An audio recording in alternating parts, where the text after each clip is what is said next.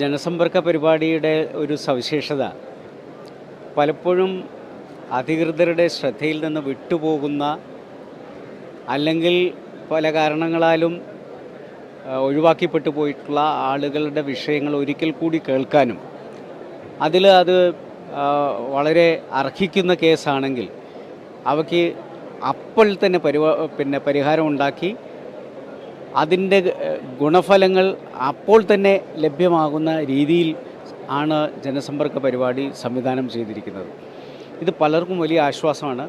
സത്യത്തിൽ അദാലത്ത് നടത്തി പല ഘട്ടങ്ങളിലായി ചെയ്യേണ്ട കാര്യങ്ങളാണ്, ഫയലുകളിൽ കുടുങ്ങിപ്പോയിട്ടുള്ള വിഷയങ്ങളാണ് ഒറ്റ ദിവസത്തെ ജനസമ്പർക്ക പരിപാടിയിലൂടെ ആ ജില്ലയിലുള്ള എല്ലാ ഉദ്യോഗസ്ഥന്മാരെയും ഒരുമിച്ചിരുത്തിക്കൊണ്ട് പരിഹരിക്കുന്നത്.